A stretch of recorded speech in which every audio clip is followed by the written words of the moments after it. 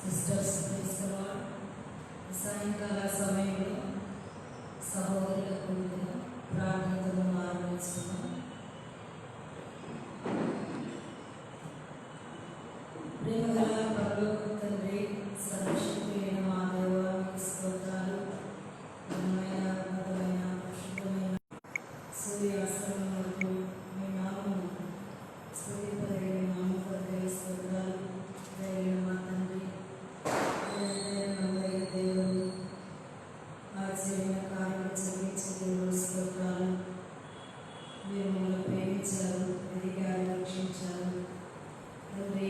శుభప్రదం నిరీక్షించారు స్తోత్రాలు. మీరు ఆకలికైతేనేమో మీరు మమ్మల్ని సిద్ధపరుస్తున్నట్టే స్తోత్రాలు. సమయాన్ని ఆశీర్వాదంగా చేయి. దగ్గరగా దూరంగా మా ప్రియమైన బిడ్డలు అయా వీక్షిస్తున్న వారందరినీ బలపరిచేలా స్తోత్రాలు. వార్తలని యోగిలని నిష్ప్రయోజకులని మీ లేఖనాలను విషయపరచకు అనుభవాన్ని కాదు, నన్ను కూడా విరిచి పరిశుద్ధపరిచి అభిషేకించి తండ్రి మీ మహిమ కొరకు వాడుకోనండి. నా కొరకు మా కొరకు దాచిన అమూల్యమైన మీ మాటలను గ్రహించు. మీ దైవ సాహిత్యం మా మధ్యలో ఉంచును. కనిపించి కనపరాకుండా పనిచేసే శక్తులు వారి కార్యములను బంధించమని ప్రార్థన చేస్తున్నాం. మీ దైవ సాహిత్యం మా మధ్యలో ఉంచున్నాను. అలా చెల్లించుకుంటూ మీ అస్త్రాలు అప్పగించుకుంటూ నా గొంతు కూడా చక్కగా పనిచేయకు మీరు ఆజ్ఞాపించండి తండ్రి. బిడ్డలకు అర్థమవుతున్న సహాయం చేయండి. మీకు ప్రధాన శక్తిని గ్రహించను. నా బలహీనతలన్నింటిలో మీ యొక్క దైవ శక్తిని మీరు అనుగ్రహించి మీ నామానికి మాత్రం మహిమ తెచ్చుకోమని యేసు ప్రభు నామంలో స్తుతించి ప్రార్థించి అడిగి వేడుకొస్తున్నాం తండ్రి. ఆమేన్.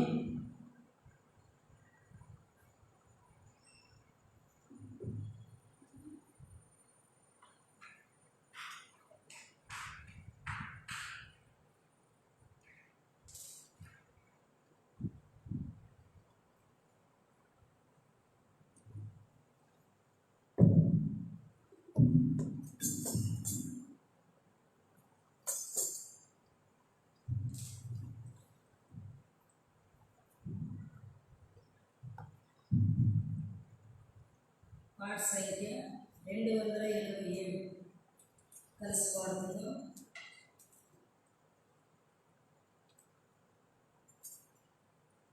పాట సంఖ్య 287.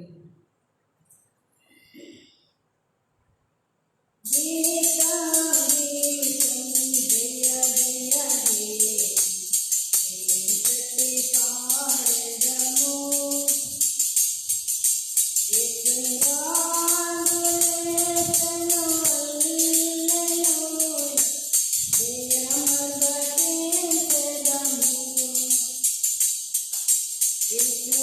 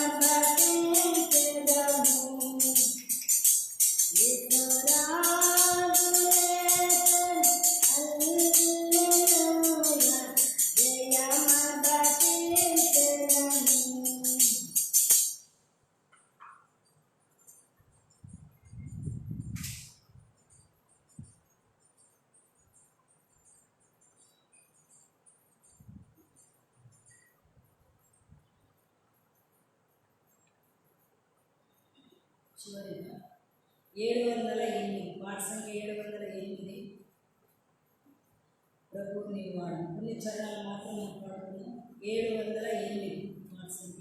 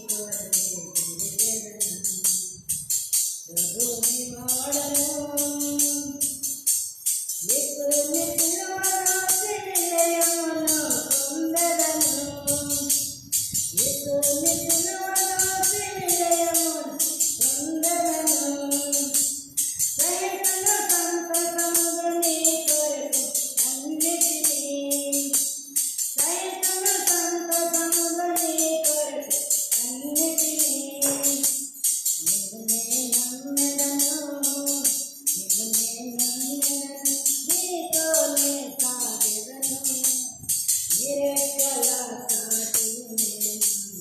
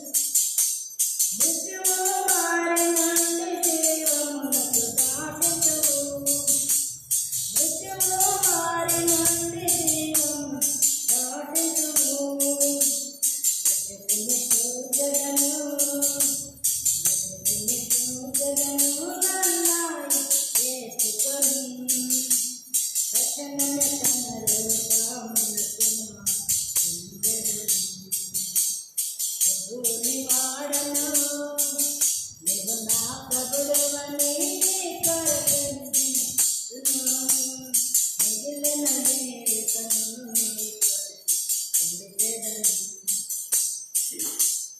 మిగిలిన జీవితము మిగిలిన జీవితము ప్రభుని వాడను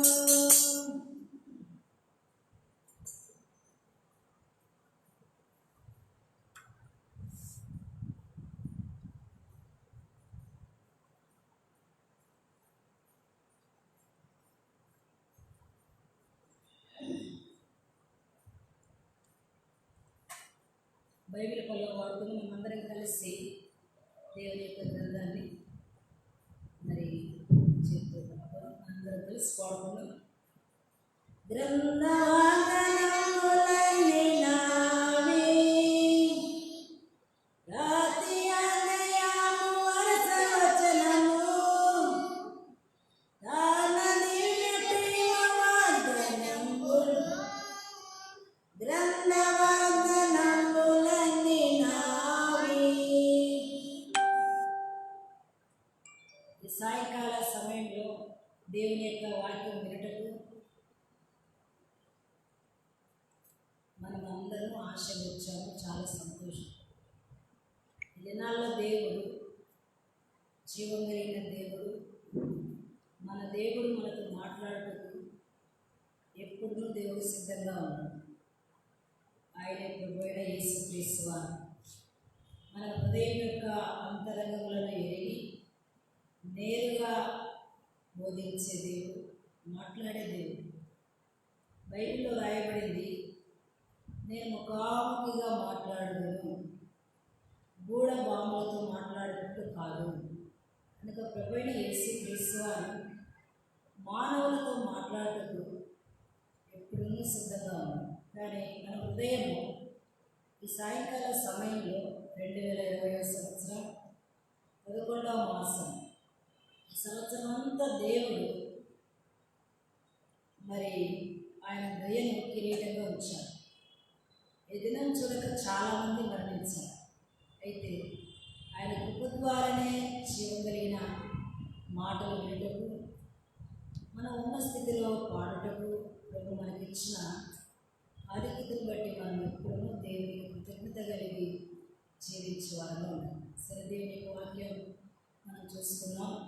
ఈ బైబిల్ శ్రేష్టమైన గ్రంథం మనందరికీ తెలుసు. 2 భాగాలుగా చేయబడతా వచ్చింది. మొదటిది పాత నిబంధన గ్రంథం, రెండవది క్రొత్త నిబంధన. మరి స్త్రీల గురించి మనం చూసుకుంటా ఉన్నాము. 2 పుస్తకాలు రాయబడుతూ వచ్చాయి. 2 గ్రంథాలు మనకు తెలుసు. రూతు గ్రంథం, ఎస్తేరు గ్రంథం. రూతు మోయాబు దేశస్థురాలు, యూదుడైన బోయాజును వివాహం ఆడుతూ వచ్చింది. ఎస్తేరు యూదురాలు, అన్యుడైన అహష్వేరోషు రాజును వివాహం ఆడుతూ వచ్చింది.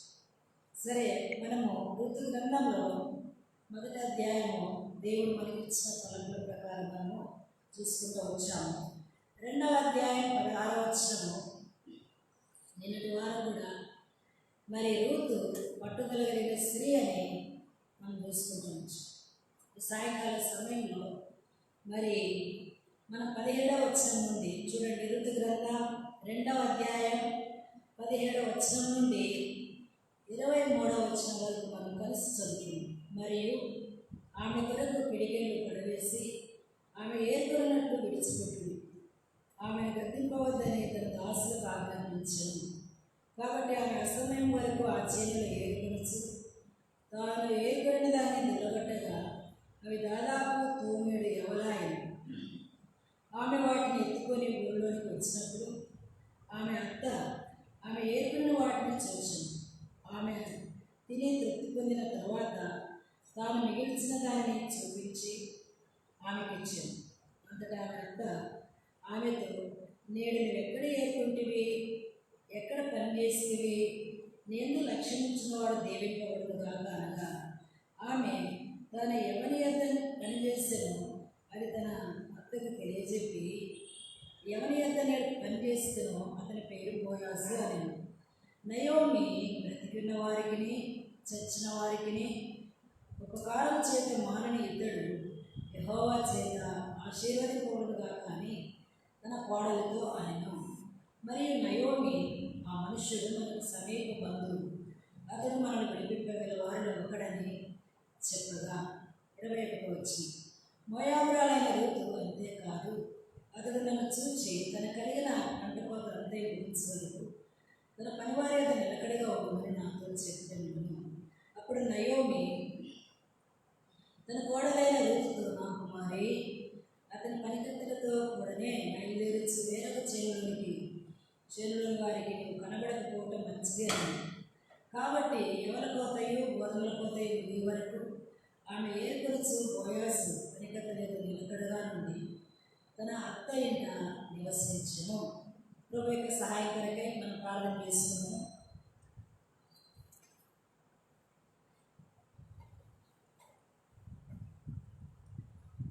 ప్రేమగల గొప్ప తండ్రి, స్తోత్రాలు.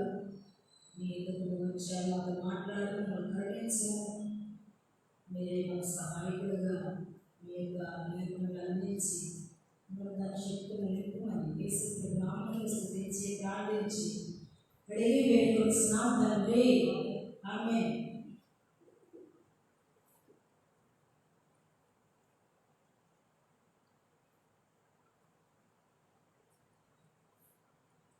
సరే, మన రూతు గ్రంథం 2వ అధ్యాయం 17వ వచనం నుండి 23వ వచనం వరకు చదువుకుంటూ వచ్చాము.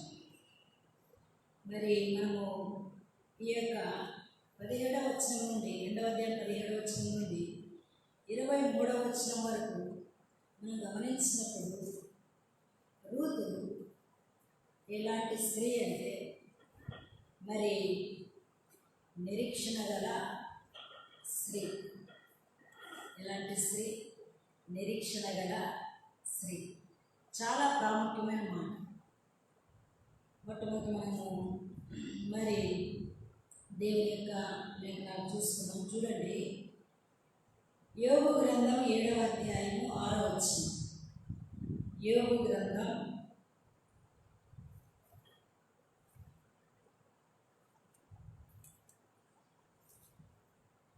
7వ అధ్యాయము 6వ వచనం. ఇక్కడ మనం చూసినప్పుడు చూడండి,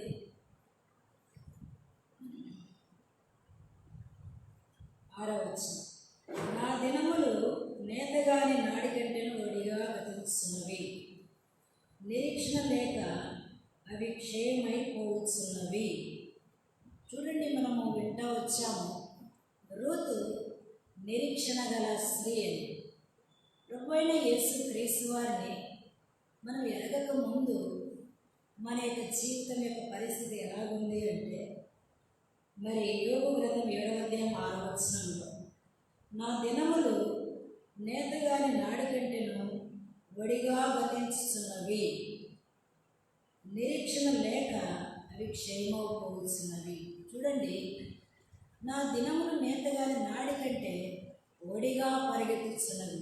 మానవుని జీవితం మరి దినాలు కూడా లెక్కించబడతా వచ్చాయి.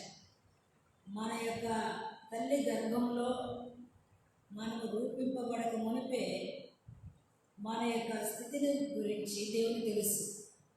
తర్వాత మన దినముల యొక్క లెక్క కూడా ఆయన గ్రంథంలో మరి వ్రాయబడతా వచ్చింది. అయితే దినాలు ఎలా ఉన్నాయి అంటే, నా దినములు నేతగాని నాడి కంటేను ఒడిగా గతించుతున్నవి, నిరీక్షణ లేక అవి క్షేమైపోతున్నవి. మన యొక్క జీవితంలో చూడండి, మానవుని జీవితంలో నిరీక్షణ లేక అవి క్షేమైపోతున్నవి. ఏం లేదు మానవునికి, చెప్పండి, నిరీక్షణ లేదు. ఈ భూమి మీద నలుదిక్కుల నువ్వెక్కడ నివసించినా, ఏ వయసులో ఉన్నా, ఏ స్థితిలో ఉన్నా, ప్రతి మానవునికి కూడా నిరీక్షణ లేదు. దేనికి నిరీక్షణ లేదు అంటే, మరి మనం ప్రభువైన యేసుక్రీస్తు వారిని ఎరగలేదు, మనం పాపంలో ఉన్నాం కనుక మరి మన దినములు నేతగాని నాడి కంటే వడిగా గతిస్తూ ఉన్నాయి. నిరీక్షణ లేకుండా అవి క్షేమైపోతున్నాయి. అందుకని మరి ఈ మాట చాలా ప్రాముఖ్యమైన మాట. చూడండి, దేవుని యొక్క వాక్యంలో వ్రాయబడతా వచ్చింది. యోబు గ్రంథం 14వ అధ్యాయంలో మరి 8వ వచనంలో చాలా ప్రాముఖ్యమైన మాట ఉంది. యోబు గ్రంథం 14వ అధ్యాయము 8వ వచనం చూడండి. 7వ వచనం, వృక్షము నరకబడిన ఎడల అది తిరిగి చిగుర్చుననియు దానికి లేత కొమ్మలు వేయుననియు నమ్మకం కలదు. ఒక వృక్షము దేవుని సృష్టిలో, వృక్షాలు కూడా దేవుడు కలిగేసినవే. కలుగునుగాక, భూమి కలుగునుగాక, మరి సముద్రములు కలుగునుగాక, చెట్లు కలుగునుగాక, రెండింటిని దేవుడు ఆకాశములు కలుగునుగాక అంటే కలుగుతా వచ్చింది. అయితే దేవుని వాక్యంలో యోబు గ్రంథం 14వ అధ్యాయం 7వ వచనంలో, వృక్షము నరకబడిన ఎడల అది తిరిగి ఏమవుతుందో చెప్పండి, చిగుర్చుననియు. ఒక చెట్టు మనం నరికిన తర్వాత అది మరలా ఏమవుతుందో చెప్పండి, చిగురిస్తుంది. ఎందుకు? దేవుడు వర్షం ఇస్తే అది మరలా చిగురు వచ్చి దాని కొమ్మలు వస్తాయి, తర్వాత అలా చిగురిస్తుందన్న నమ్మకం మనకు కలదు. కానీ మానవుని జీవితానికి గ్యారెంటీ లేదు. అన్నిటికీ గ్యారెంటీ ఉంది కానీ మానవుని జీవితానికి గ్యారెంటీ లేదు. అందుకే వ్రాయబడింది చూడండి 8వ వచనంలో, మరి యోబు గ్రంథం 14వ అధ్యాయం 8వ వచనంలో, దాని వేరు భూమిలో పాతదైపోయినను, దాని అడుగు మొద్దు మట్టిలో చీకిపోయినను, నీటి వాసన మాత్రం చేత అది చిగుర్చును. చూడండి, దేవుని యొక్క లేఖనం చెప్పబడతా ఉంది. ఏమని చెప్పబడతా ఉందంటే, ఒక వృక్షము నరకబడిన తర్వాత అది మరలా చిగురిస్తుంది, అది కొమ్మలేస్తుంది, అది మరలా బ్రతుకుతుందని నమ్మకం ఉంది. కానీ మానవుని జీవితానికి మరి గ్యారెంటీ లేదు. ఎందుకు అంటే మరి వారి దినాలు ఎలా ఉన్నాయంటే, నేతగాని నాడికట్టే ఒడిగా బ్రతిస్తున్నవి. తర్వాత నిరీక్షణ లేకనే అవి ఏమవుతున్నాయి, క్షయమైపోతాయి. ఈ జీవితంలో ఎన్నో దినాలు క్షయమైపోయాయి. ఎన్నో సంవత్సరాలు, గడియలు, దినాలు, నిమిషాలు వృధాగా క్షేమైపోతూ వచ్చాయి. బైబిల్లో రాయబడుతూ వచ్చింది. అయితే బైబిల్లో మరి ఈ మానవుని విషయమై దేవుడు మరి ఆశ కలిగి ఉన్నాడు. బైబిల్లో రాయబడింది చూడండి. యోబు గ్రంథం 14వ అధ్యాయం 10వ వచనంలో మనం గమనించినప్పుడు ఒక రాయబడింది, అయితే నరులు మరణమై కదలలేక పడియుందురు. ఎలా ఉన్నారంట? అయితే నరులు మరణమై కదలలేక పడియుందురు.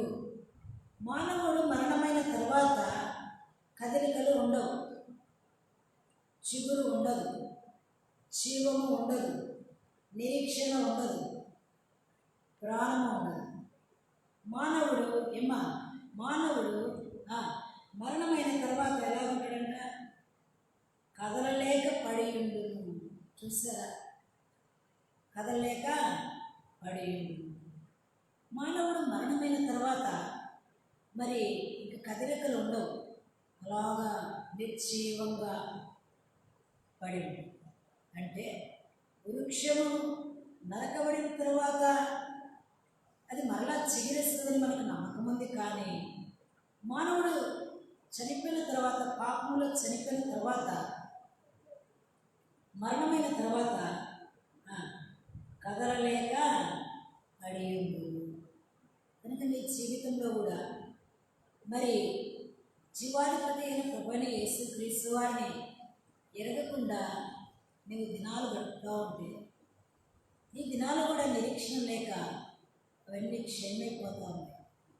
ఒక చెట్టుకైనా నమ్మకం ఉంది, ఒక చెట్టు విషయమే మనం నమ్మకం ఉంచుతాము, అది మరలా చిగురిస్తుంది.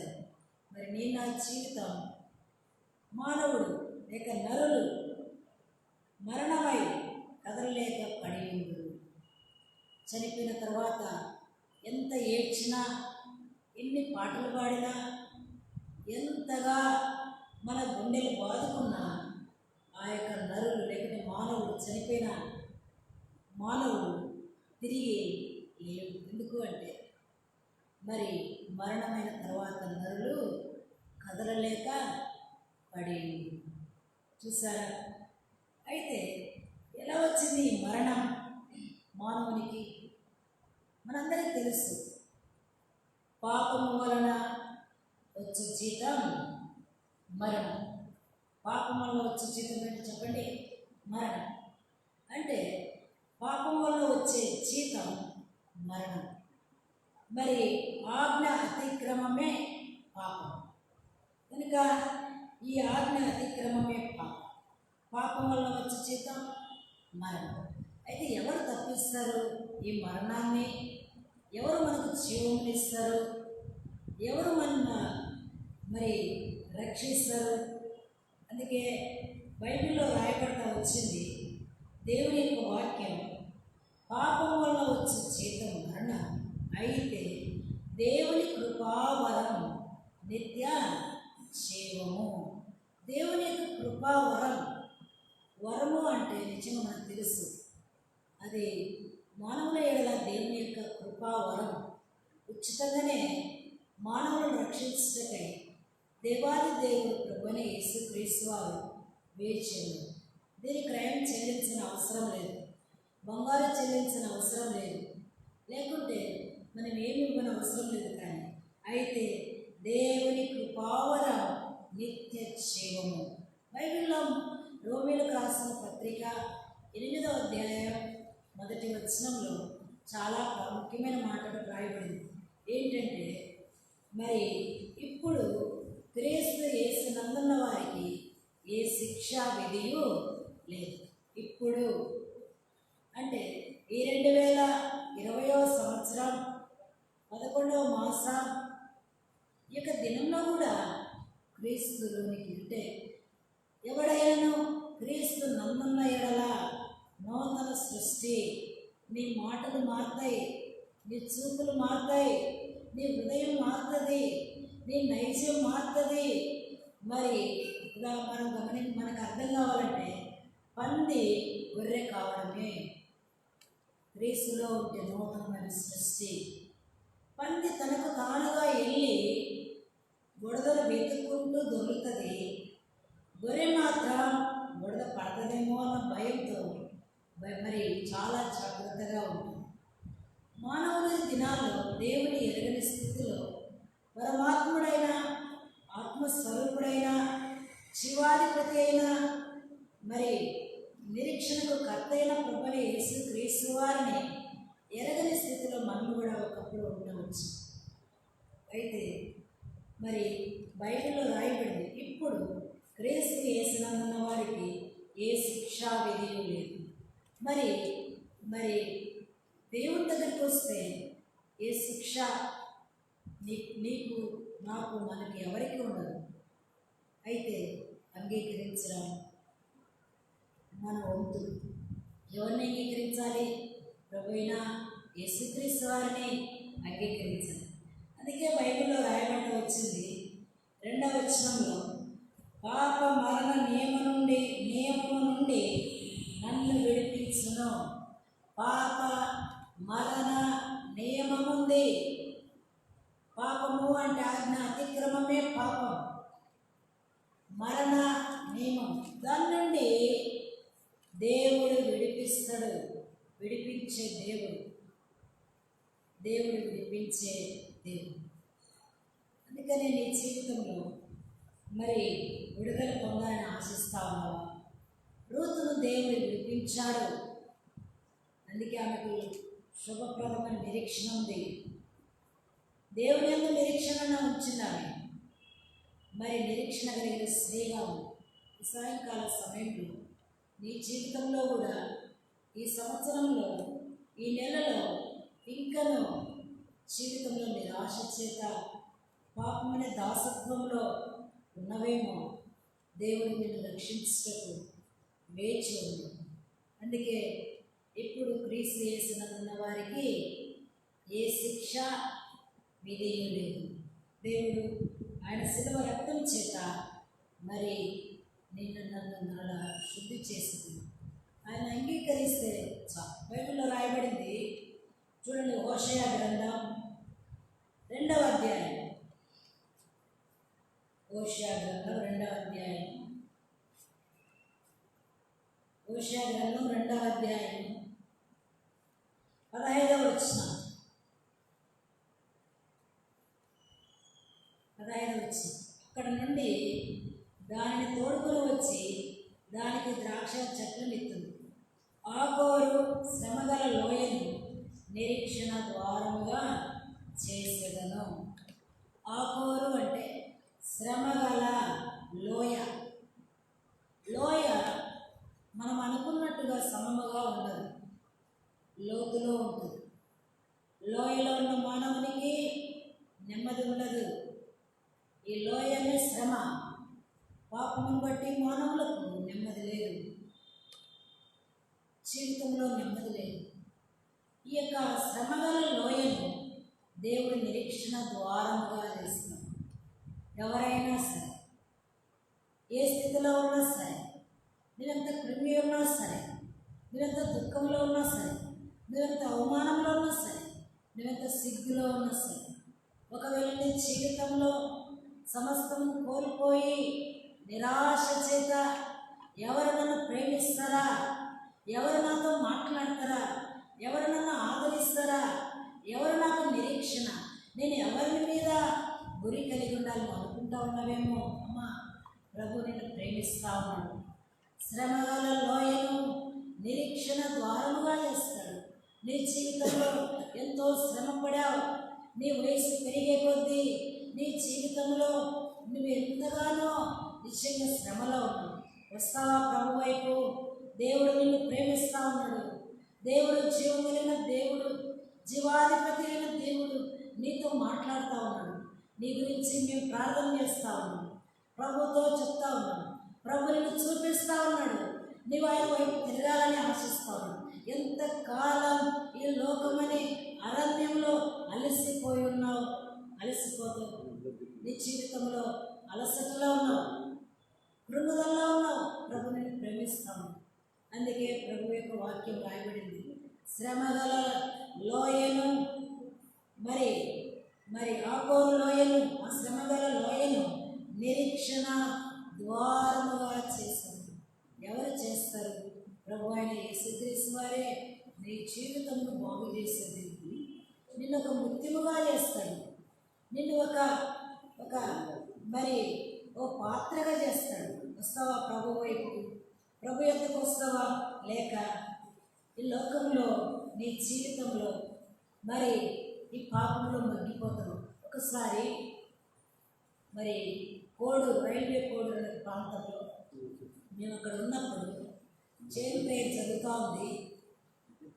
చిన్న బిడ్డ 8 సంవత్సరాలు అంత వయసు కలిగిన బిడ్డ దేవుని మందిరంలోకి వచ్చాడు. మరి ఈ మంగంపేట అనే స్థలంలో మైన్స్ అని ఉన్నాయి. అక్కడ ఈ చిన్నపిల్లల మరి కూడిక, స్త్రీల మీటింగ్ అలా పెట్టేవాళ్ళు. ఆ అబ్బాయి అక్కడ నుండి మరి మంగంపేట నుండి బస్సు ఎక్కి కోడూరు మందిరానికి వచ్చాడు. అలా చేయి జరుగుతూ ఉంది. నేను కూడా ఒకవైపు మోకాళ్ళు వచ్చాను, ఒకవైపు సిస్టర్స్ మరి ప్రార్థన చేస్తూ ఉన్నాను. చేసేటప్పుడు ఆ సమయంలో అబ్బాయి వచ్చాడు. ఇటువంటి చూశాడు. చూసిన తర్వాత మరి మంచం దగ్గరికి వెళ్ళాడు. అక్కడే ఇద్దరు సిస్టర్స్ ప్రార్థన చేస్తున్నారు, వాళ్ళని చూశాడు. తర్వాత నేను కూడా మొత్తము ఇలా ముసుగేసుకుని నేను కూడా మోకాళ్ళు వచ్చి నేను ఆ అబ్బాయిని చూస్తాను, ఏం చేస్తాడో చూడాలని నేను చూస్తాను. ఆ యొక్క చిన్న బిడ్డ 8 సంవత్సరాల వయసు కలిగిన ఆ బిడ్డ మరి ఆ పులిపీట మీద టేబుల్ ఉంటే ఆ టేబుల్ మీద మరి ఒక 5 రూపీస్ కాయిన్ ఉంటే అది తీసేసుకున్నాను. నేను చూస్తానే ఉన్నా. తీసుకొని జోబులో వేసుకొని వెళ్ళేదానికి సిద్ధంగా ఉన్నాను. వెంటనే నేను కళ్ళు తెరిచాను. ఆంటీ ప్రిజరాడు ఆంటీ బాగున్నారా అంటే అన్న. బాగున్నాం, మరి నువ్వు ఎలా ఉన్నా బాబు అని చెప్పేసి మాట్లాడాను. వెంటనే నేను అబ్బాయికి అన్నా, బాబు మరి ఆ టేబుల్ మీద మరి ఏముందో ఒకసారి చూన్నాను. వెళ్ళి ఆడ చూశాడు, ఏం లేదా అంటే అబ్బాయి తెలుసు అది వెనక జోబులు వేసుకుంది. సరే నేనేం చేశానంటే ఒకసారి చూడు అన్నా. అయితే ఆ చిన్న బిడ్డ ఏం చేశాడంటే ఆ యొక్క 5 రూపీస్ కాయిన్ ఏం చేశాడు, లోపల జోబులు వేసుకుంది. ఎలా తిరిగి లేదు అని చెప్తున్నాడు, కానీ తర్వాత నేను చెప్పాను. వెంటనే దొరికింది. చెప్పాను నేను, బాబు నీ వయసు 8 సంవత్సరాలు, జాగ్రత్త, ఇలాంటి పనులను వెళ్ళొద్దు. ఈ దొంగతనం ఎప్పుడైనా నేను పట్టిస్తుంది.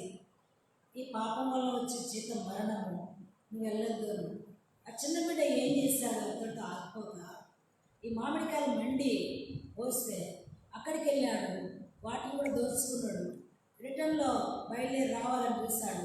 వాళ్ళు ఏం చేశారంటే కరెంటు మరి ఆ మామిడికాయల చుట్టూ కరెంటు ఉంచేశారు. పాప చిన్న బిడ్డకు తెలియదు. ఆ కాయలు తీసేసుకొని ఇంకా బయలుదేరి వెళ్ళిపోదాం అనుకున్నాడు. వెంటనే ఆ కరెంటు పాస్ అయిపోయింది. వెంటనే ఆ బిడ్డ అక్కడనే చనిపోతూ వచ్చాం. గమనించండి, ఎన్నోసార్లు మన ప్రాణం ఉండగానే దేవుడు మనతో మాట్లాడుతూ వస్తాడు. మానవుడు పాపములో మరణించాలనే దేవుడి ఉద్దేశం కాదు. దేవుడు అందరినీ రక్షించాలని ప్రభు యొక్క ఆశ. అందుకే దేవుని యొక్క లేఖనం చెప్పబడతా ఉంది. ఇప్పుడు క్రీస్తు యేసునందున్న వారికి ఏ శిక్షా విధియు లేదు. ఋతుకు ఏ శిక్షా విధి లేదు. ఆమె పాపం నుండి బయటకు వచ్చింది, చీకటిలో నుండి బయటకు వచ్చింది, జీవంలోనికి వచ్చింది, నిరీక్షణలోనికి వచ్చింది. ఆకోరు లోయ ఇప్పుడు తన జీవితంలో లేదు. ఈ సాయంకాల సమయంలో అమ్మా నువ్వు ఎక్కడి నుండి వెళ్తా ఉన్నా ఈ కొన్ని మాటలు అంగీకరించి ప్రభుని ఆత్మను మరి విమోచిస్తాడు, సంతోషమిస్తాడు. నీకు ఎక్కడ దుఃఖం కలిగిందో, ఎక్కడ నీకు అవమానం వచ్చిందో, ఎక్కడ నీకు నింద వచ్చిందో, ఎక్కడ నువ్వు కృంగావో అక్కడే జీవం కలిగిన దేవుడు నీ తల ఎత్తువాడుగా ఉంది. ప్రభు వైపు తిరుగుతావా, లేక ఇది ఏదో లేవని చెప్తానే ఉంటారు అనుకుంటున్నావు. ఇది ఈ మాటలు సజీవమైన మాటలు, శక్తి కలిగిన మాటలు, నా జీవితాన్ని కూడా మార్చిన మాటలు, నిన్ను కూడా మారుస్తాయి. నువ్వు తల ఎత్తుకుని తిరగగలవు. ఒక సవాలుగా, ఒక ముత్యముగా, ఒక పాత్రగా భూమి మీద జీవించగలవు. ఇంత రోజు దేవుని బిడ్డగా మరి ఆమె చేయబడమే కాదు, ఆమె ఎలాగుందంటే నిరీక్షణ గల స్త్రీగా ఉంది. రెండవ భాగంలోనికి మనం వెళ్దాం. ఈ రూతు నిరీక్షణ గల స్త్రీ అంటే మరి ఆమె జీవితంలో నిజంగా మనం గమనించినప్పుడు మరి 16 నుంచి 23 వరకు కూడా మనం గమనించి చదివితే ఆమె ఎలా ఉందంటే రూతు మరి దినమంతయు కూడా మరి శ్రమలో సంతోషంగా ఉంది. అంటే దినమంతా ఆ పొలంలో మరి ఏరుకుంటూ ఉంటారు. ఆ పరి ఏరుకునేటప్పుడు ఆమెలో ఏముందంటే ఆ శ్రమలో సంతోషిస్తాం. దేవుని బిడ్డ యొక్క లక్షణం ఏంటంటే, దేవుని బిడ్డ యొక్క గురి ఏంటంటే, మన జీవితంలో కూడా శ్రమల్లో మనం ఏం చేయాలంటే రూతులాగా మనం కూడా సంతోషంగా ఉండాలి. అంతేకాదు రూతు హృదయంలో నిరీక్షణ కలిగి ఉంది. చూసారా, రూతు మరి బోయాజు పొలంకి వచ్చిన తర్వాత ఆమె హృదయంలో నిరీక్షణ కలిగిన స్త్రీగా ఉంది. ఆమెకు తెలుసు, ఆమెకు విధవరాలు, ఆమెకు పిల్లలు లేరు, ఆమెకు భర్త లేడు, ఆమె తల్లిదండ్రులు దూరమైనది, ఆమె దేశం కాదు, మరి కొత్త ప్రాంతం బోయాజు పొలంలో. అయితే ఆమె హృదయంలో ఎలా ఉందంటే నిరీక్షణ కలిగిన స్త్రీగా ఉంది. నీ హృదయంలో కూడా నిరీక్షణ ఉందా? నిరీక్షణ కలిగిన స్త్రీగా ఉన్నావా? లేక పరిస్థితులను బట్టి అలసిపోయినావా? కాదు, నేను కూడా ఋతులాగా మనము నిరీక్షణ కలిగించాలి. ఎక్కడ? హృదయంలో నిరీక్షణ కలిగిన స్త్రీగా మనం. అంతేకాదు, బైబిల్లో రాయబడింది నిజంగా ఆమె గురించి ఈ వచనాలు మనం గమనించినప్పుడు ఆమె ఎప్పుడు కూడా జీవితంలో బాధపడలేదు. దేవుడు నాకు ఎందుకు ఇలా చేశాడు, నా జీవితం ఏంటి, నా యవ్వన జీవితం ఏంటి అని ఎప్పుడు కూడా బాధపడలేదు. ఎందుకంటే ఆమె హృదయంలో ఎవరి యొక్క నిరీక్షణ వచ్చింది? జీవం కలిగిన దేవుని యొక్క నిరీక్షణ వచ్చింది. దేవుని బిడ్డ రక్షింపబడావు, దేవుని కుమార్తెగా చేయబడావు, నిరీక్షణ ద్వారముగా నీ యొక్క జీవితంలో దేవుడు అలా చేస్తూ వచ్చాడు, మంచిదే. రెండవది, మరి ప్రతి పరిస్థితుల్లో శ్రమలో సంతోషంగా ఉన్నావా? హృదయంలో నిరీక్షణ కలిగి ఉన్నావా? నీ జీవిత యాత్రలో బాధపడకుండా ప్రభు వైపు చూస్తూ ఉన్నావా? ఇప్పుడైనా గమనించు, దేవుని బిడ్డగా గమనించు. ఎక్కడున్నా, ఏ పట్టణంలో ఉన్నా, ఏ గ్రామంలో ఉన్నా, ఏ ఇంటిలో ఉన్నా, ఏ వయసులో ఉన్నా, దేవుని నిరీక్షించు. ఋతు ఏనాడు బాధపడలేదు. బోయాజు పొలంలోకి వచ్చిన తర్వాత దేవుడు నన్ను ఎందుకు ఇలా చేశాడు, నా జీవితం ఏంటి, నాకు ఎవరున్నారు, నాకు తల్లిదండ్రులు దూరమైనదే, దేశానికి వచ్చానే, ఈ పొలంలోకి వచ్చానే అని అనుకోలేదు. ఆ శ్రమల్లో సంతోషంగా ఉంది, హృదయంలో నిరీక్షణ కలిగి ఉంది. ఆమె జీవితం ఎప్పుడు కూడా బాధపడలేదు. కనుక దేవుని పిల్లలమైన మనము కూడా మన జీవితంలో అలాంటి శ్రీరమగా మనం ఉండాలి. అంతేకాదు, బైబిల్లో రాయబట్టి వచ్చింది, మరి ఋతు గ్రంథం 1వ అధ్యాయంలో నయోమి నిజంగా మరి ఆ నయోమి గురించి మనము మరి చూస్తూ వచ్చాం కదా.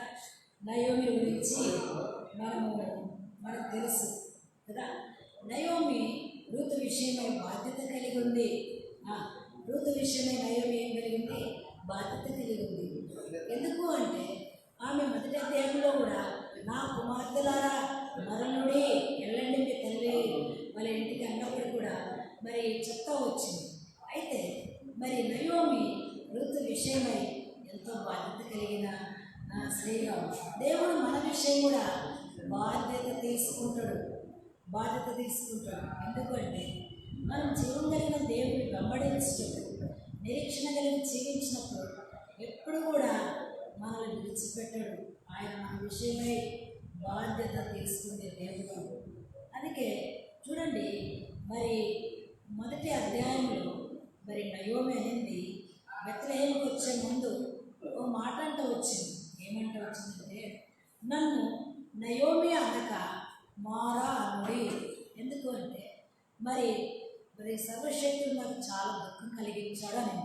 ఇప్పుడు 1వ అధ్యాయం 21-22 వచనాలు ఆ మాటలు ఉంటాయి. అంటే నయోమి అనేది నన్ను నయోమి అనక మారాను. ఎందుకు? శ్రమంలో, కష్టాల్లో అని. ఆ బాధలోనే ఆమె బెత్లెహేముకు చేరింది. ఎవరి కోత ఆరంభంలో వచ్చి మనం చూసుకుంటూ వచ్చాం.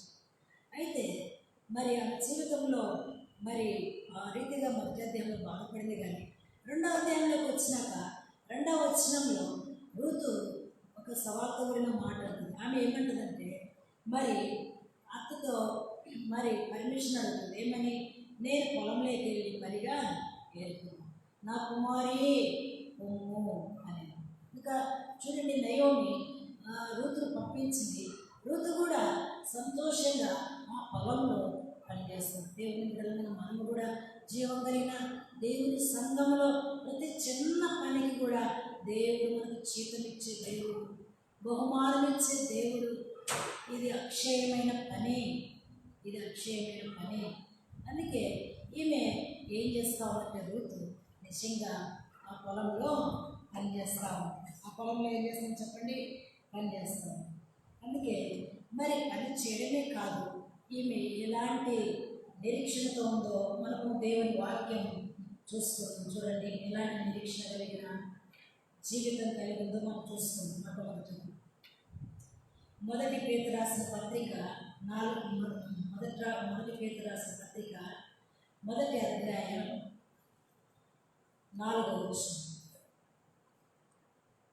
మొదటి పేతురు రాసిన పత్రిక మొదటి అధ్యాయం 4వ వచనం. 3-4 కలిసి చదువుతున్నాం. మన ప్రభువు యేసుక్రీస్తు తండ్రి అయిన దేవుడు స్తుతింపబడుగాక. మృతులలో నుండి యేసుక్రీస్తు తిరిగి లేచిన వలన జీవంతో కూడిన నిరీక్షణ మనకు కలుగునట్లు, అనగా అక్షయమైన దేవు, నిర్మలమైన దేవు, వాడవారినైన శ్వాస మనకు కలుగునట్లు ఆయన తన విశేష కనికరము చొప్పున మనలను మరలా జన్మింపజేసెను. చాలా ప్రాముఖ్యమైన మాట చూడండి. ఎలాంటి నిరీక్షణ అంటే మరి 4వ వచనంలో మరి జీవముతో కూడిన నిరీక్షణ కింద వ్రాయబడతా వచ్చింది, జీవము గల అని వ్రాయబడింది. అంటే జీవముతో కూడిన నిరీక్షణ కలిగిన స్త్రీగా ఉంది. ఈమె నిరీక్షణ ఎలాగో చెప్పండి, జీవముతో కూడిన నిరీక్షణ ఉంది. దేవుని బిడ్డగా నమ్మిన తర్వాత నీలో ఒక నిరీక్షణ ఉండాలి. జీవంతో కూడిన నిరీక్షణ అంటే జీవం అంటే ప్రాణం, అంటే అది మరి ప్రాణం కలిగింది కదా, మరి నిరీక్షణ. అందుకే జీవంతో కూడిన నిరీక్షణ మనకు ఉండాలి. అన్ని సమయాల్లో రోగం వచ్చినా, నింద వచ్చినా, ఇరుకులు వచ్చినా, ఇబ్బందులు వచ్చినా, జీవిత పోరాటంలో, ఆత్మీయ యాత్రలో రకరకాలుగా భక్తులు కూడా వెళ్తూ వచ్చారు. ప్రభువారి శరీరధారి అయిన దినాల్లో మరి శ్రమ పడుతూ వచ్చారు. పిల్లలకు మనకు కొన్ని శ్రమలు వస్తాయి. అందరూ సాఫీగా వెళ్ళారు. అంటే క్రైస్తవ జీవితం అంటే మరి మరి ముల్లా బాట కదా. క్రైస్తవ జీవితం సౌమ్య జీవితం ప్రభు పిల్లలకు ఎంతో ఆనందం.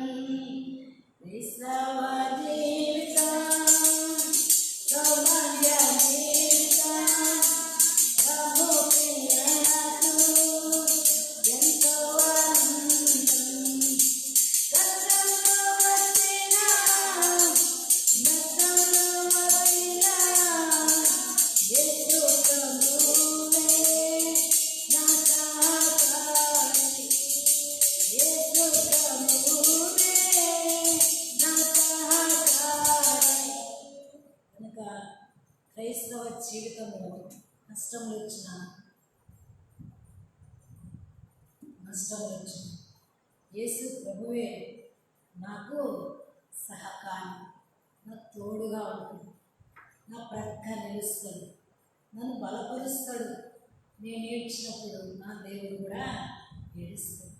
నేను దిగులు పడితే, లేకపోతే మన ఆత్మీయ జీవితంలో మనం దిగులుగా ఉంటే దేవుడు కూడా మన విషయమై చింతిస్తూ ఉంటాడు. చూసారా? ఎందుకంటే జీవంతో కూడిన నిరీక్షణలో మనం జీవించిన జీవంతో కూడిన నిరీక్షణతో జీవిస్తూ ఉన్నాం. ఎందుకు? అక్షయమైనది, నిర్మలమైనది, వాడవారిని స్వాస్థ్యం ఉంది. ఇదంతా కూడా వాడిపోతుంది. బైబిల్లో ఉన్న మాటలన్నీ కూడా కదా. ఒక మరి వికసించిన ఆ పువ్వు వల్ల అదంతా కూడా ఏమైపోతుంది, వాడిపోతుంది. దేవుని యొక్క సంగతులు వాడిపోతుంది. అది అక్షయమైనది, నిర్మలమైనది, వాడవారని స్వాస్థ్యం. లోకంలో ఏమి లేవని నీ కొరతలను బట్టి చింతిస్తూ ఉన్నావేమో, ఏడుస్తూ ఉన్నావేమో. అయితే రూతు చూడండి, జీవంతో కూడిన నిరీక్షణ కలిగి ఆ బోయాసు పొలంలో శ్రమల్లో హృదయంలో నిరీక్షించి ఎక్కడ కూడా ఆమె బాధపడలేదు. నువ్వు ఎన్నిసార్లు ఏడుస్తావు? నీ నా జీవితంలో మనకు వచ్చే కష్టాలను బట్టి ప్రభు ఎంతవరకు ఈ యొక్క కష్టమని ఏడుస్తూ ఉన్నాను. భక్తులు కూడా ఏడ్చారు. బైబిల్లో కొంతమంది ఇక తీసేసుకో ప్రభా అన్నారు. మోషే అన్నాడు, "ఆ, నా యొక్క ఈ బాధ నేను చూడకుండా నన్ను చంపేసి" అన్నాడు. ఇర్మియా అన్నాడు, ఇంత మటుకు చాలు ప్రభువా అన్నాడు. బైబిల్లో చాలామంది వారి కష్టాల్లో బాధపడుతూ వచ్చారు. దేవుడి పిల్లలమైన మనము కూడా క్రైస్తవ జీవితంలో ఎలాంటి నిరీక్షణ కలిగి ఉండాలి? రక్షణ పొందిన తర్వాత జీవంతో కూడిన నిరీక్షణ ఉందా? నేను నిరీక్షణ చల్లన. ఒకవేళ అది ఏమైపోయిందంటే, ఒకవేళ ఆలోచన పడిందేమో, తడబడతా ఉన్నవేమో, జీవంతో నిరీక్షణ లేక ఏంటి మార్పు అనుకుంటా ఉన్నావేమో. ఇంత దేవుని బిడ్డ భయపడదు. జీవంతో కూడిన నిరీక్షణ కలిగిన స్త్రీగా, పట్టుదల కలిగిన స్త్రీగా, హృదయంలో నిరీక్షణ కలిగిన స్త్రీగా నువ్వు. అందుకే బైబిల్లో రాయడం వచ్చింది. మనందరికీ తెలుసు దేవుడు ఈ నిరీక్షణ ఎందుకు ఇచ్చాడు మనకు. ఈ జీవంతో కూడిన నిరీక్షణ మనకి ఎందుకు ఇచ్చాడు? ఈ జీవిత యాత్రలో చూడండి, వచ్చిన మనం చదువుకుందాం. మరి బైబిల్లో రాయబడింది, పేతురు రాసిన పత్రికలను చూడండి. ఒక మాట పేతురు రాసిన పత్రికలను ఎందుకు ప్రభు మనకి ఈ నిరీక్షణ ఇచ్చాడు అంటే,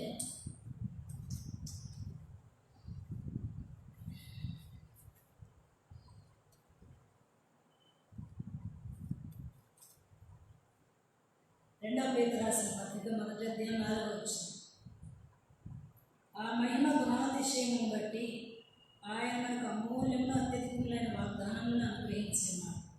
దురాశను అనుసరించడం వలన లోకమందున భ్రష్టత్వమును ఈ వాగ్దానముల మూలముగా మీరు తప్పించుకొని దేవ స్వభావమునందు పాలువారగినట్లు వాటిని అనుగ్రహించారు. కనుక ఈ లోకములో జీవిస్తా ఉన్న మనము ఏం తప్పించుకోవాలి? భ్రష్టత్వమును తప్పించుకోవాలి. చెప్పండి, భ్రష్టత్వం. ఎక్కడ చూసినా భ్రష్టత్వం అంటే, అందుకే ప్రభు ఇర్మియా గ్రంథంలో భ్రష్టులైన బిడ్డలారా కూడిన ఎద్దుకు రండి అనుకుంటున్నాడు. అంటే దేవుడు జీవంతో కూడిన నిరీక్షణ మనకి ఎందుకు ఇచ్చాడు అంటే, ఈ లోకమందున మరి వాగ్దానాలు కూడా మనకి ఇచ్చాడు. ఎందుకు ఇచ్చాడు? లోకమందున భ్రష్టత్వం మనం ఏం చేయాలి? తప్పించుకోవాలి. చూడండి, మన ముందు ఒక నిప్పు అంటుకునేది అనుకోండి, ఏం చేస్తాం? అలాగే నడుచుకుంటూ వెళ్తామా? ఏం చేస్తాం? అమ్మ వస్తుంది ఆ నిప్పు, అది నన్ను కాల్ చేస్తుందని ఏం చేస్తాం? తప్పుకుంటాం. ఒక విషపురుగు వచ్చిందనుకోండి, అక్కడ నుండి పరిగెత్తుతాం. అంతేకాదు, ఒక లోయ వచ్చిందనుకోండి, తప్పించుకునేదానికి ఇష్టపడతాం. మరి నీ జీవితంలో లోకంలో ఎక్కడ చూసినా భ్రష్టత్వం ఉంది. దేవుని బిడ్డమైన నీవు లోకమున్న ఈ భ్రష్టత్వం ఏం చేయాలి? తప్పించుకోవాలి.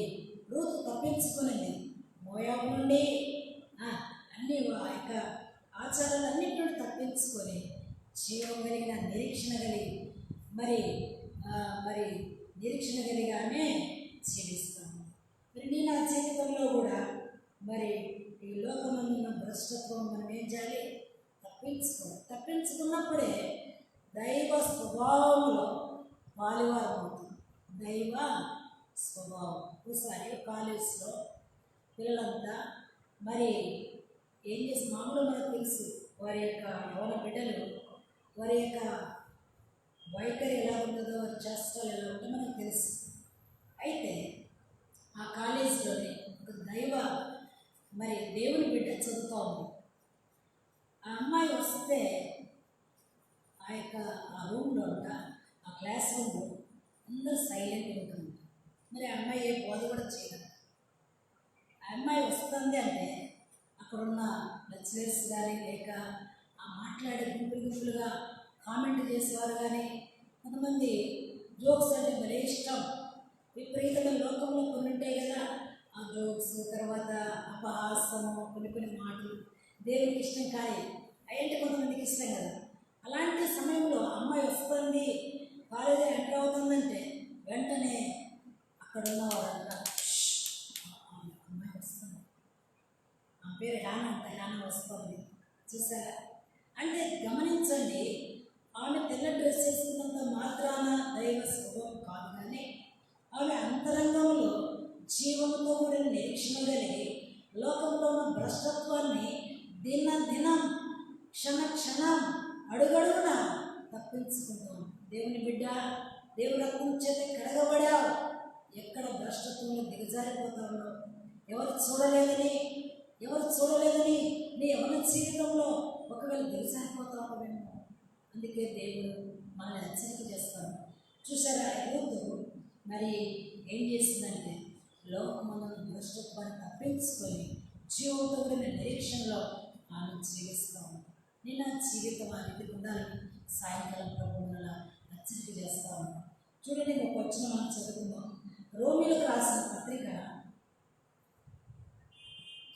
15వ అధ్యాయం. రోమీలకు రాసిన పత్రిక 15వ అధ్యాయం 13వ వచనం. రోమీలకు రాసిన పత్రిక 15వ అధ్యాయం 13వ వచనం చదువుకుందాం.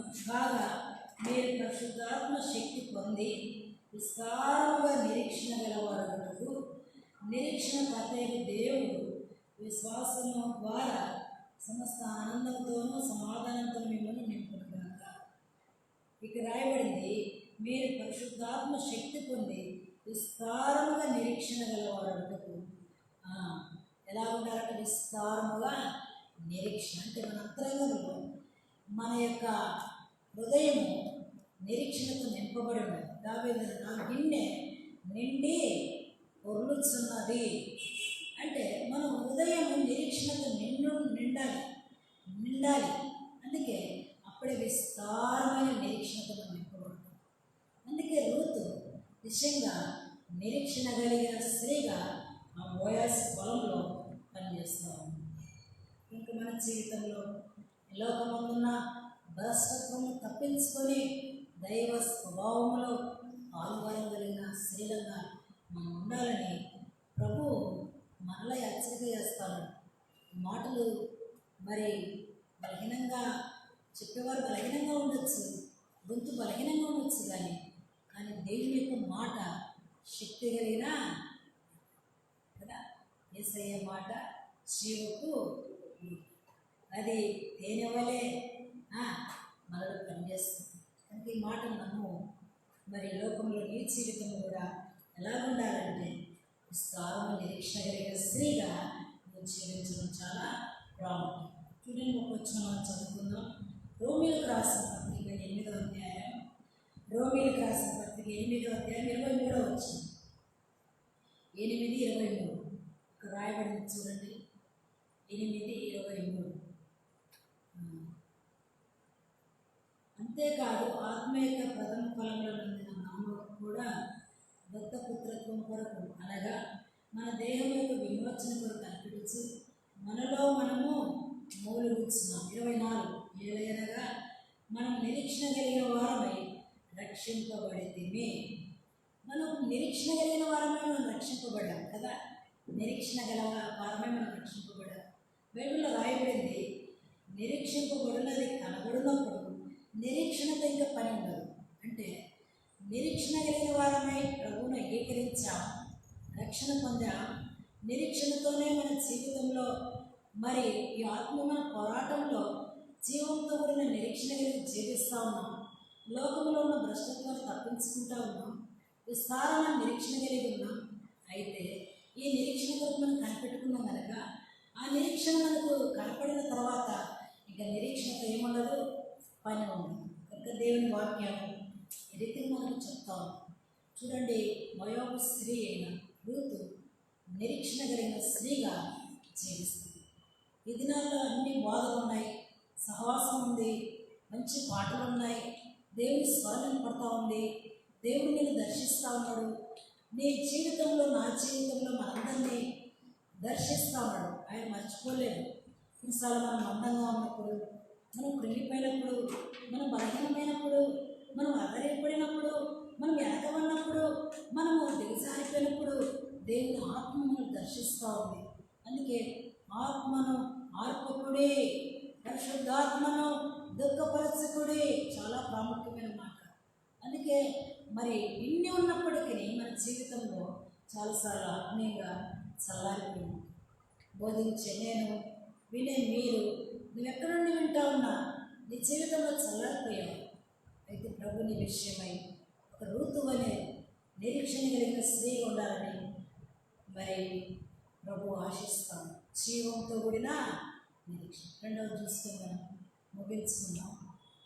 చూడండి, బైబిల్లో 1 తిమోతికి రాసిన పత్రిక 1వ అధ్యాయం 1వ వచనం ఇక్కడ రాయబడింది. చూడండి, 1 తిమోతికి రాసిన పత్రిక 1వ అధ్యాయం 1వ వచనం.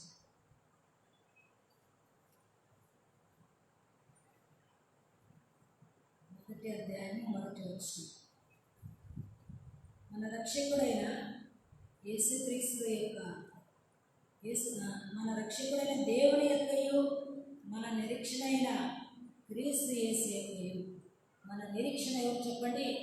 క్రీస్తు యేసు. అందుకే మనం పాడుతూ ఉంటాం. ఏమని పాడతాం? మనందరికి పాటలు అంటే ఇష్టం. సిస్టర్స్ ముఖ్యంగా మంచి గొంతులు దేవుడు ఇచ్చాడు. నా గొంతు మాత్రం 2 సార్లు ఆపరేషన్లో పోయింది.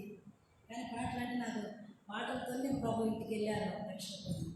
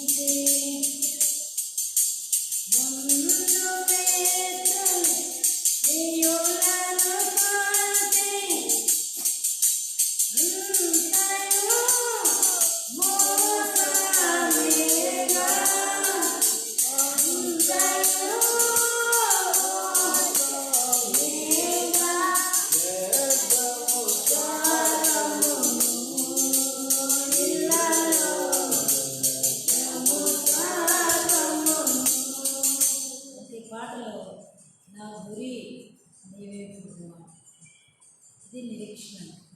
నిరీక్షణ అంటే ఏదో కాదు కానీ రాయబడింది, మన రక్షకుడైన దేవుని యొక్క మన నిరీక్షణ అయిన క్రీస్తు యేసు. మనం నిరీక్షించింది ఎవరిని చూసి అంటే క్రీస్తు యేసు యొక్క మరి ఆ క్రీస్తు యందు మన నిరీక్షణ. నీ జీవితంలో పరిస్థితుల్లో మరి మనం ఏం చేస్తామంటే ఈ నిరీక్షించిన మనము కొన్నిసార్లు దేవుని మీద ఉన్న గురి నుండి తప్పి తల్లిదండ్రులు చూస్తాం, పరిస్థితులు చూస్తాం, కొన్నిసార్లు బాధపడతాం. దానికి రాయబడింది మరి తిమోతికి, యవనస్తుడైన తిమోతికి అప్పుడు పౌలు రాస్తా ఉన్నాడు. ఏమనంటే మన రక్షకుడైన దేవుని యొక్క మన నిరీక్షణ అయిన క్రీస్తు యేసు యొక్క ఆజ్ఞ ప్రకారం. కనుక మన నిరీక్షణ క్రీస్తు యేసు మీద ఉందా?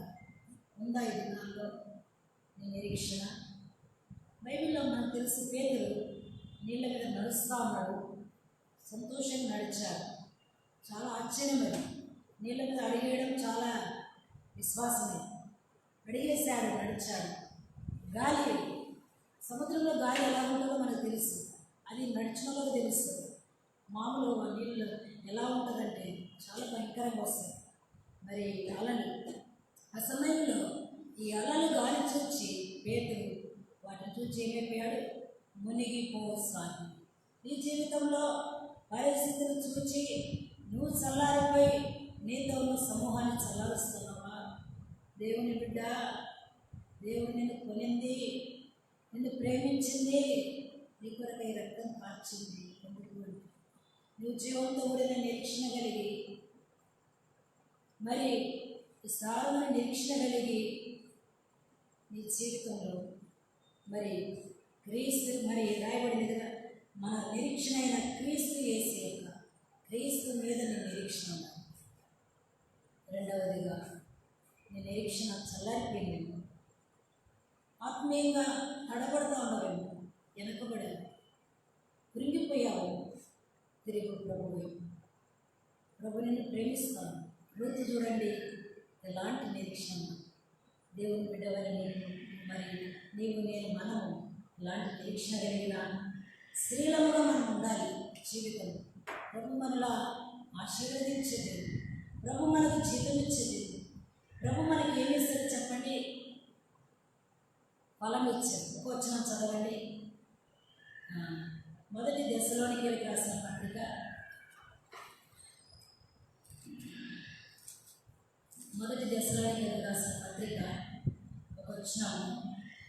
1వ అధ్యాయం 3వ వచనం ఇక్కడ రాయబడి చూడండి. విశ్వాసంతో కూడిన మీ పనిని, ప్రేమతో కూడిన మీ ప్రయాసమును. చూసారా? విశ్వాసంతో కూడిన మీ పని. రూతు విశ్వాసంతోనే తన పని చేస్తారు. ప్రేమతో కూడిన మీ ప్రయాసం. కొన్నిసార్లు దేవుని బిడ్డలు ప్రయాసపడతానే ఉంటాయి. సంఘాల్లో జీవం కలిగిన దేవుని సంఘంలో చేర్చబడిన తర్వాత వారి వంతులో వారు నిలుస్తారు. ప్రయాసపడతానే ఉంటారు. ప్రయాసపడేటప్పుడు కొన్నిసార్లు చిన్న శత్రువు ఏం చేస్తుంది? డిస్కరేజ్ చేస్తుంది. చూడు, నువ్వు ఎంత శ్రమ పడతా ఉన్నావో, నేను ఎంతగా శ్రమ పడుతున్నావో చూడు, అసలు నువ్వు ఈ సమయంలో ఏ స్థాయిలో ఉండాలి, చిన్నగా డిస్కరేజ్ చేస్తుంది. స్త్రీలకు ఎక్కువ మరి వెంటనే కృంగిపోతాం మనం స్త్రీల కనుక. చూసారా? ఇక్కడ రాయబడింది, విశ్వాసంతో కూడిన మీ పనిని, ప్రేమతో కూడిన మీ ప్రయాసమును, మన ప్రభు అయిన యేసుక్రీస్తునందలి నిరీక్షణతో కూడిన మీ ఓర్పును. మీ ఓర్పు ఎలా ఉండాలి? 3వది, నిరీక్షణతో కూడిన ఓర్పు ఉండాలి. కొన్నిసార్లు మన జీవితంలో కొత్తగా రక్షణ పొందినప్పుడు, రక్షణ పొందినాక సంతోషం ఉంటుంది. బాప్తిసం తీసుకునేటప్పుడు సంఘం ఎదుట, దూతలు ఎదుట, సాతాను ఎదుట, దేవుని ఎదుట మనం ఏమి మొక్కుబడి చేస్తాం? ఏమని? బాప్తిసం తీసుకున్న తర్వాత నీకు అవమానాలు వస్తాయి, ఆకలి అవుతుంది, నిందలు వస్తాయి, నువ్వు నిలబడగలవా అంటే అందరికన్నా ఫస్ట్ మనమే చేయొచ్చు కదా. అందరికన్నా ఫస్ట్ ఏం చేస్తాం? దగ్గరికి పోయి చేయెత్తిస్తాం. అయితే బైబిల్లో ఉంది, నిరీక్షణతో కూడిన నీ ఓర్పు. నీ జీవితంలో ఈ ఓర్పు కూడా ఎలా ఉండాలి? నిరీక్షణతో ఉండాలి. ఓర్చుకోవాలి. యోగు ఓర్చుకున్నాడు.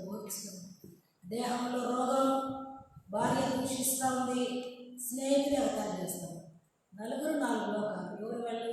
ఎలీఫజ్, జోఫర్, బిల్దదు, తర్వాత ఎలీహు. వీళ్ళు 4 ఉన్నారు స్నేహితులు. వాళ్ళు రకరకాలుగా మాటలని మనకి ఏమి గ్రంథంలో రాయబడ్డాయి. ఇటువంటి స్నేహితులు ఉన్నప్పటికీ యోగు ఏం చేశాడు? ఓర్చుకుంటాను. దేవుని కుమార్తె గారి లేవు, నేను నిరీక్షణతో కూడిన ఓర్పు కలిగి ఉన్నాం. దేవుడు మనల్ని విడిచిపెట్టాడు. ఓర్చుకుందాం. కొన్నిసార్లు స్త్రీలు ఓర్పు దేవుడు మనకు నేర్పించేటట్టు కొన్ని పరిస్థితులు మనకు అనుమతిస్తాం. మనము ఓర్చుకోవడం చాలా అంటే నిరీక్షణతో కూడిన మీ ఓర్పును. మీ ఓర్పు ఎలా ఉండాలి? నిరీక్షణతో ఉండాలి కదా. ఎలా ఉండాలి చెప్పండి? నిరీక్షణ. ఒకసారి ఒక దైవ సేవకుడు, మరి సీనియర్ మంచి మరి అనుభవం కలిగిన దైవ సేవకుడు, ఆ దైవ సేవకుల దగ్గర ఒక యవనస్తుడు ట్రైనింగ్ అవుతాను. చూసి ఆ యొక్క సీనియర్ దైవ సేవకులు ఏమన్నారంటే, నువ్వు పలానా స్థలానికి వెళ్ళి సువార్త చెప్పిరా అన్నారు. ఈ యవన తరగతిలో ఉన్న బిడ్డ వెళ్ళి సువార్త చెప్పి చాలామందిని ఏం చేశాడు? మొత్తానికి ఏం చెప్పాడు? దేవుడి వాక్యం చెప్పాడు. చాలామంది వచ్చారు దేవుడి మాటలు వినేదాన్ని. ఆ రోజు అనుకోకుండా దైవ సేవకుడు తరగతిలో ఉన్న యవనస్తులకి వాక్యం ఇచ్చాడు. పాపం నలిగిన హృదయం కనుక వాక్యం బాగా చెప్పేశాడు. చెప్పిన తర్వాత వాక్యం అంతా అక్కడ ఉన్న వాళ్ళందరూ కూడా విన్న వెంటనే ఇంకా వచ్చిన వాళ్ళు కొంచెం బయటికి వెళ్ళారు. సమయంలో ఈ యవనస్తులు సాకులు చుట్టూ ఉన్నారు.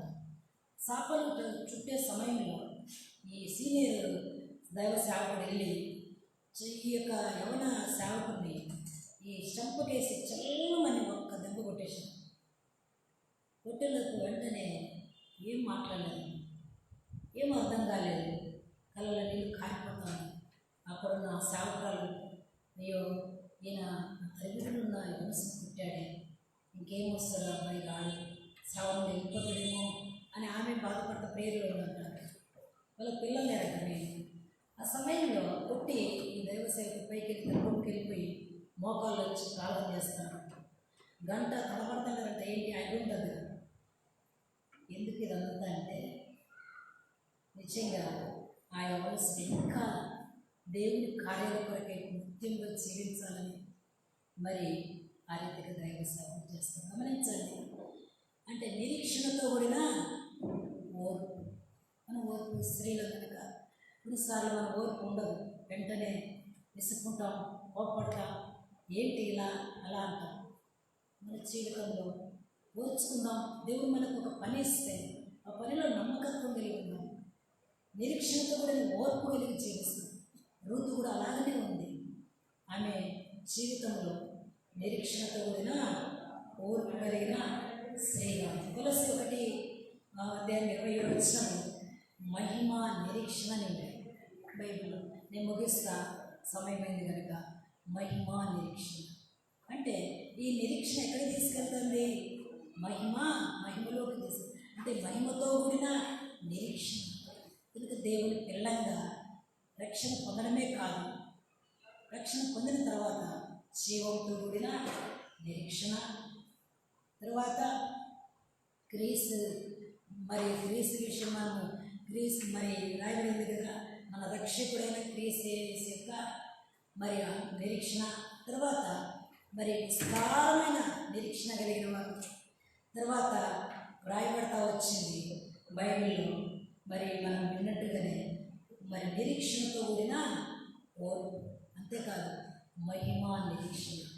స్త్రీలో మనము కూడా మహిమా నిరీక్షణ కలిగి, ఒకవేళ మీ ఇంటిలో భర్త రక్షణ పొందలేదేమో, పిల్లలు విసిగిస్తూ ఉన్నారేమో, ఒకవేళ ఇరుగు వారిని విసిగిస్తూ ఉన్నారేమో, నువ్వు ఉన్న స్థలంలో సంఘంలో నిన్ను అర్థం చేసుకోలేదేమో, నిరాశపడుతుంది. ఓర్పుతో కూడిన ఆ నిరీక్షణతో కూడిన ఓర్పు కలిగి జీవించు. ప్రభు నిన్ను మహిమ నిరీక్షణలోనికి దేవుడు తీసుకెళ్ళాలి. బైబిల్లో మనందరికీ తెలుసు, చాలామంది నిరీక్షించారు. అవన్నీ మనం చూసుకోవడానికి మనకు సమయం లేదు. చూడండి, ఒక్క వచనం మనం చూసుకుందాం. ఇక రాయబడింది అపోస్తల కార్యములు 6వ అధ్యాయం 26వ వచనం. అపోస్తల కార్యములు 6వ అధ్యాయం 26వ వచనం. 6వ అధ్యాయం 26వ వచనం. 26వ వచనం.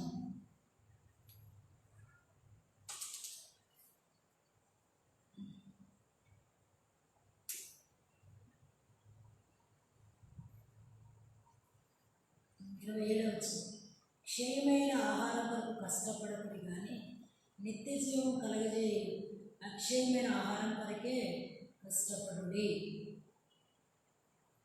మనుష్య కుమారుడు దాన్ని మీకు ఇచ్చును, ఇందుకై తండ్రి అయిన దేవుడు ఆయనకు ముద్ర వేసి ఉన్నాడు. కనుక అక్షయమైన ఆహారం కొరకు మనం ఏం చేయాలి? కష్టపడే బిడ్డలంగా మనం ఉండాలి. ఏం చేయాలి చెప్పండి? కష్టపడే బిడ్డలంగా మనం ఉండాలి.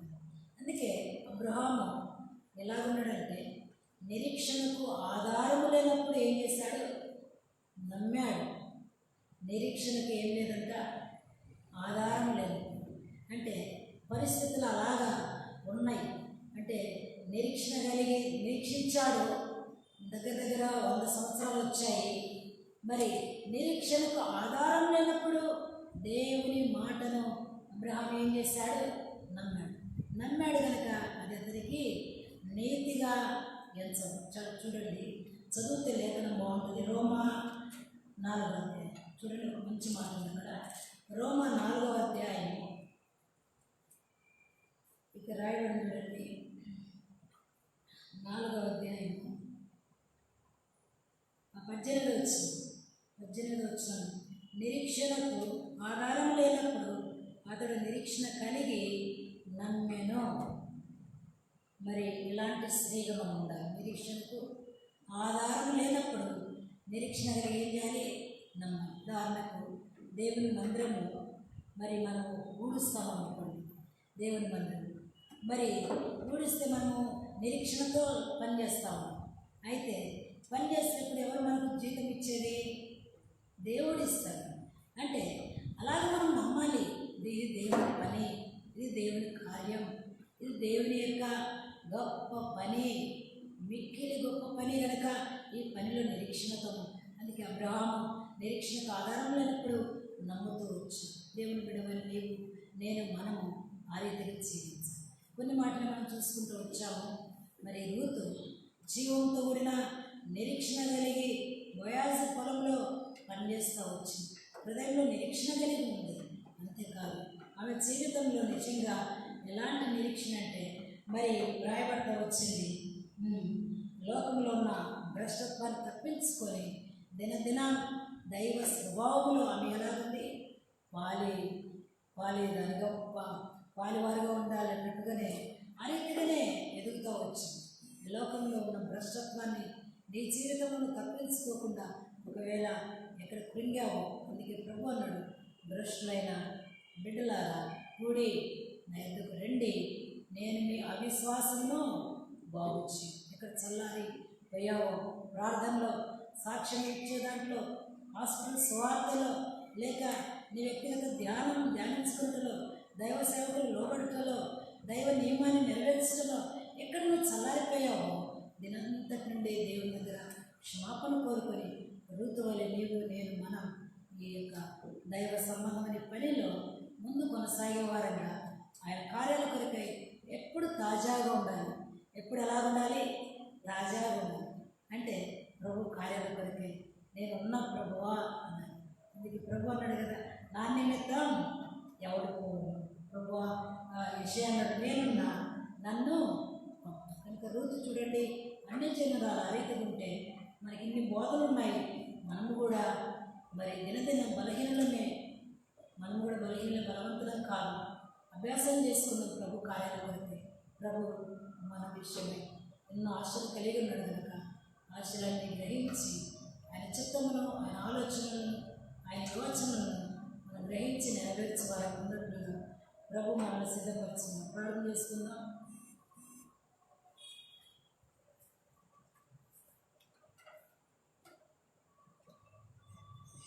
మోకరించండి, ప్రార్థన చేసుకుందాం. మీరు ఎక్కడున్నా ప్రభు సన్నిధిలో ఏకీభవించి ప్రభుతో ఈ జీవితం అప్పగించుకో. రక్షణ పొందావ సంతోషాలు, జీవంతో కూడిన నిరీక్షణ జీవిస్తావా? లోకంలో భ్రష్టత్వం తప్పించుకుంటావా? దేవుడితో నాతో మాట్లాడుతూ వచ్చాను. పరిస్థితుల్లో ఒకవేళ చల్లారిపోయేవాడు దేవుడిని సమకూర్చాలని ఇష్టపడతాను. మీకు 4 ప్రకారం కలంలో ఒకడు దానిని కూర్చున్నట్లుగా నేను సమకూర్చేదను అని ప్రభు చెప్పాడు. నీ అంతరంగంలో ఒక నిరీక్షణ కలిగిన ఓర్పుతో లోకంలో నీవు నేను జీవించాలి నువ్వు ఆశిస్తాను. ప్రార్థన చేస్తున్నాం. ప్రేమగల పరలోక తండ్రి, స్తోత్రాలు. ఈ సాయంకాల సమయంలో నాకు ఇచ్చిన కొన్ని మాటల కొరకే వందనములు తండ్రి. దేవా, గొప్ప దేవుడు, స్తోత్రాలు. మమ్మల్ని వెతికారు, రక్షించారు. నా తండ్రి మీకు వందనాలు.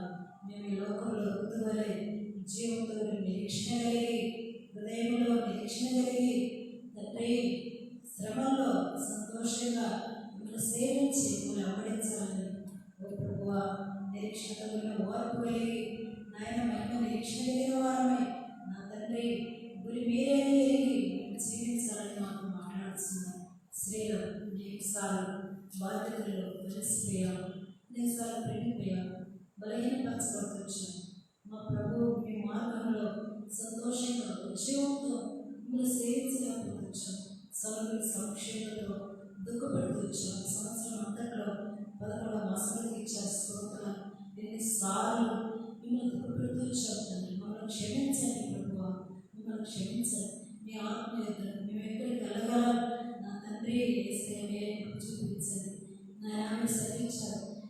వాటిని బట్టి స్తోత్రాలు ప్రభువా. మమ్మల్ని మీరే లేవనెత్తండి నా తండ్రి.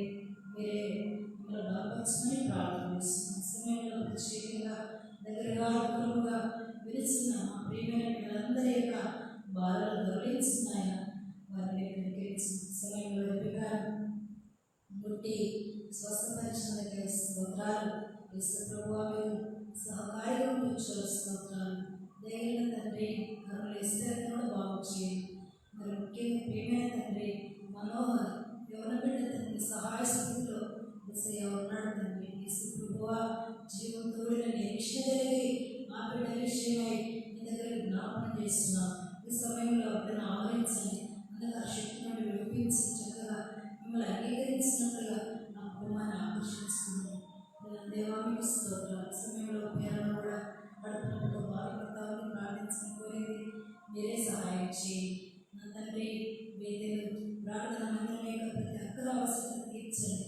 మరలా మీరు ప్రత్యక్షమైన దేవుడు మీ దర్శనం ద్వారా అందరినీ సమకూర్చమని ప్రార్థన చేసి ప్రతి ఒక్కరి అక్కర్లన్నీ తీర్చండి. మా ప్రియమైన పిల్లలందరినీ బలపరచండి. దేవ మీరు రాకడ కొరకై ఆ మహిమ నిరీక్షణ కలిగి ఆ మహిమ కొరకు నిరీక్షించి దేవా మేము అరిగి జీవించుకుని మమ్మల్ని అందరినీ సిద్ధించి రేపు ఉపవాస ప్రార్థన ప్రభుత్వ పరిచయం కొరకై మీరే సిద్ధపరచండి. అన్ని విషయంలో చూపించమని వందనాలు చెల్లించుకుంటూ మనందరినీ మీ చేతులకు అప్పగించుకుంటూ మీకే మహిమా ఘనత ప్రభావములు ఆరోపించుకుంటూ యేసు ప్రభు పరిశుద్ధమైన శక్తి గల నామంలో స్తుతించి ప్రార్థించి అడిగి వేడుకొలుచున్నాం తండ్రి. ఆమేన్. క్రైస్తవ జీవితం